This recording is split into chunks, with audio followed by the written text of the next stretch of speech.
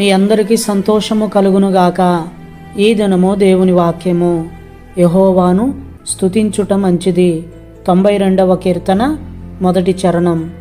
10 తంతుల స్వరమండలముతోనూ గంభీర ధ్వనిగల సితారతోనూ స్తుతించుట మంచిది.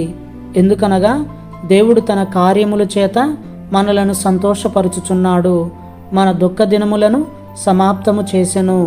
ఇంకను ఆయన జరిగించిన కార్యములన్నిటిని బట్టి దేవుణ్ణి స్తుతించుదాము. స్తుతి చేసినే పాడనా స్తోత్ర గీతం, భజించినే పొగడనా స్వామి. స్తుతి చేసినే పాడనా స్తోత్ర గీతం. హల్లెలూయా హల్లెలూయా